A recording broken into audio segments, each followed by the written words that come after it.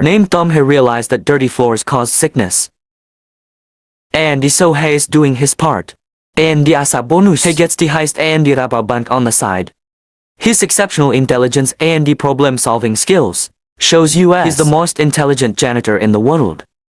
During his school days, he proposed a plan that effectively resolved the Mexican oil spill crisis, attracting the attention of the world's 8 largest oil companies. They competed vigorously to hire him, even before he graduated, offering him executive positions. Company stack and an annual salary of $400,000. Despite the incredible opportunities presented to him, Tom turned down all these offers. Instead, he accepted a job offer from Walter Moreland in Spain. This job involved using his exceptional brainpower to crack a vault that was considered an engineering marvel, and it contained an item that Walter was after. For over 80 years, no one had ever managed to break into this unique vault. Walter introduced Tom to his team. Beginning with Walter, he was the owner of a salvage firm, and a few months ago he recovered several antiques from a sunken ship in Spanish waters. One of the items in that wreckage was a set of 3 coins that provided valuable treasure coordinates.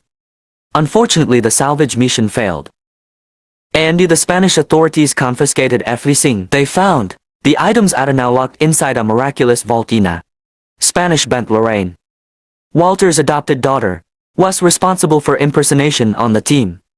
She could assume any identity the team needed for their infiltration missions. Klaus the hacker handled the team's hacking needs. James Walters light-handman and an ex-soldier had the best combat skills on the team. Simon was in charge of the team's logistics and the equipment procurement, and as long as there was money, he could get anything the team needed. The first day Tom arrived, the team encountered difficulties hacking into the bank system. They required a code to enter, but it was unavailable and the time was of the essence. To resolve the issue, Tom suggested a simple solution. They could pretend to be an automated voicemail, recording and extract the code they needed from one of the bank's clients. After trying out Tom's idea, the team swiftly obtained the necessary code. He gets wraps for his smart syncing, and he heads to his new apartment. During his second day with the team, Tom officially began studying the inner workings of the Bank of Spain, which is considered the most fortified building on Earth. The bank is equipped with numerous sensors and cameras, as well as guards who are trained to respond immediately to any commotion. However, the biggest challenge the team faces is the headquarters of the Spanish army, which is located across the street from the bank. When the bank alarms are triggered, 500 soldiers will rush in to deal with the situation. Additionally, the bank's security chief is the former commander-in-chief of Spain's counter-terrorism force. Tom and Walter's team are essentially facing a formidable force, capable of handling any attacks on the bank. The team possesses barely any knowledge about the layout of the vault inside the bank. Consequently, they require a scan to obtain more information about its internal structure. Currently, they know that they need 2 keys and the fingerprint of the bank's security chief to gain access to the vault. To acquire the 2 items and the information, the team initiates an operation. Tom and Simon pose as janitors to gain entry into the bank, while Lorraine pretends to be an insurance agent, specializing in high-value paintings. Inside the rooms where these paintings are stored, safes behind the paintings have the keys required to access the vault. While on the way to the paintings, Lorraine walks with the chief of security, and he requests that he hold her coffee, so that she can shake hands with the bank's director. This allows her to obtain the chief of security's fingerprint, which the team needs to access the vault. In the room where the first painting is located, Klaus assists Lorraine in dealing with the bank's camera surveillance. They record a video of Lorraine scanning the paintings, and they play it back at 10 times slower than the normal speed, to create the impression that nothing unusual is going on. Lorraine locates the safe, prepares her equipment, and proceeds to copy the key. However, an unexpected visitor arrives and complicates matters. With only 20 seconds left before their surveillance hack ends, Lorraine must be positioned correctly in the video.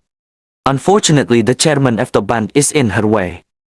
Lorraine decides to ask the director to take a picture of her. Scanning the painting, Andy requests that he step back when taking the photo.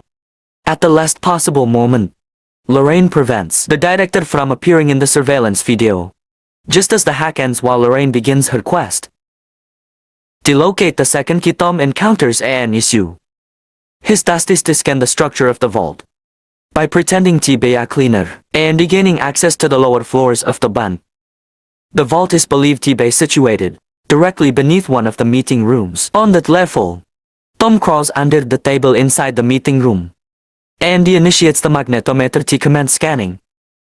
Unfortunately, a group of individuals enters the room to conduct a meeting, trapping Tom under the table. As if that weren't enough, the device begins to malfunction. Andy gets stuck at 99% completion.